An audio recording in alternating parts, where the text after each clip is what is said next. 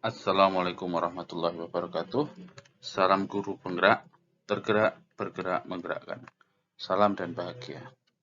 Pada kesempatan kali ini, saya Khairul Umam, CGP Angkatan 8 Kabupaten Klaten, ingin mempresentasikan tentang koneksi antar materi, kesimpulan dari dan refleksi dari modul 1.1.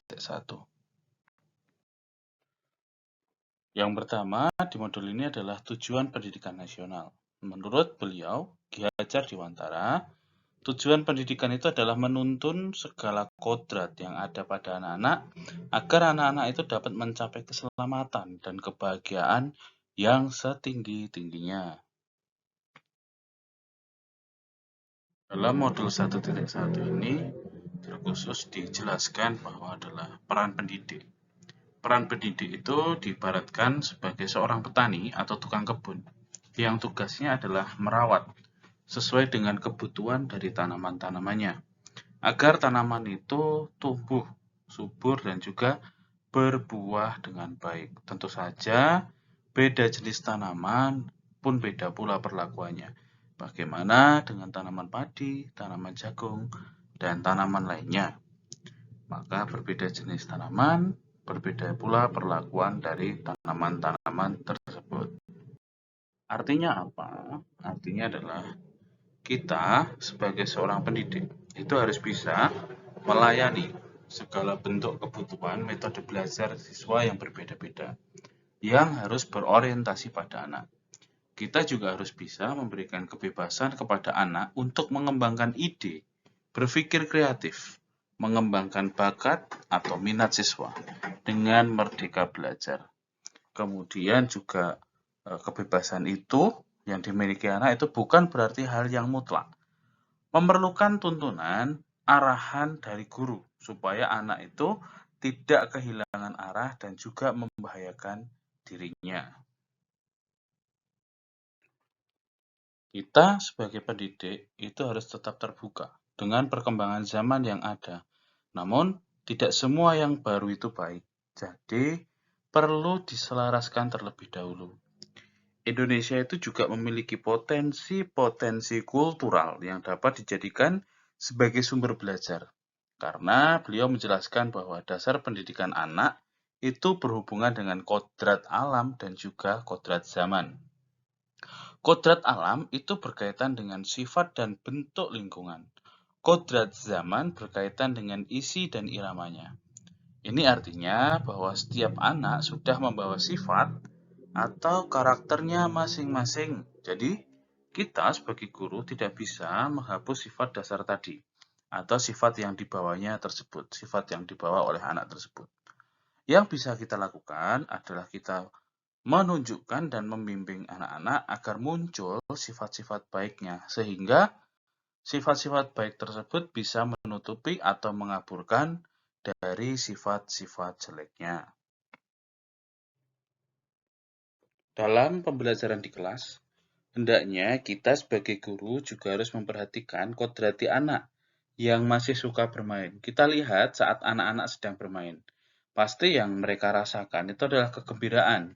Dan itu akan membuat suatu kesan yang membekas di hati dan pikiran dari anak tersebut. Dalam pembelajaran, hendaknya kita juga memasukkan unsur permainan dalam pembelajaran, agar siswa itu senang dan juga tidak mudah bosan. Apalagi kita gunakan permainan-permainan tradisional yang ada. Selain kita juga menyampaikan pembelajaran, dalam artian kita menjelaskan, menerangkan, kita juga sisipkan permainan-permainan tradisional, agar siswa itu juga merasa senang dan bisa membekas dalam pikiran siswa.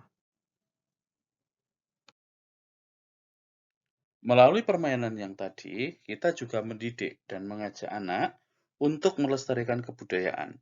Hal terpenting yang bisa dilakukan seorang guru adalah menghormati dan memperlakukan anak dengan sebaik-baiknya sesuai dengan kodratnya. Melayani mereka dengan setulus hati dan memberi teladan. Ing ngarsa sung tulodo. Membangun semangat atau ing madya mangun karso dan memberikan dorongan atau tut wuri handayani.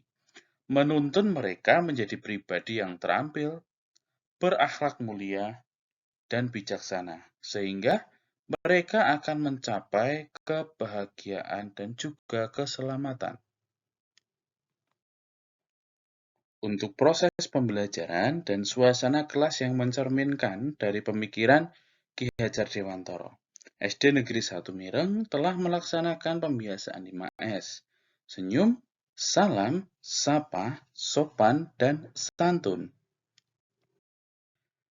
Dalam menuntun peserta didik sesuai bakat, minat, dan kebutuhan yang telah dilakukan adalah: pertama, membuat program literasi baca tulis. Yang kedua, pembiasaan sholat duha dan sholat zuhur secara berjamaah di sekolah. Yang ketiga, hafalan surat pendek bagi yang muslim dan juga doa pagi bagi yang non-muslim. Kemudian mengikuti lomba sesuai dengan bakat dan minat yang dimiliki oleh peserta didik. Bimbingan ekstrakurikuler yang ada di sekolah kami adalah: yang pertama adalah drum band, sepak bola, tahfidz, seni lukis, tenis meja, seni tari, pramuka, dan juga karate. Dalam pembimbingan kecakapan abad 21, kita menuntun siswa menguasai keterampilan agar mampu berkarya menyesuaikan diri dengan zamannya. Dalam penanaman budi pekerti, yang pertama adalah melalui pembiasaan nilai budi pekerti luhur dalam dirinya. Implementasinya di kelas adalah memberikan kebebasan anak untuk berpikir dan berkreasi, serta pembelajaran yang berpusat pada anak, dan juga membangun kolaborasi yang baik dengan sesama siswa.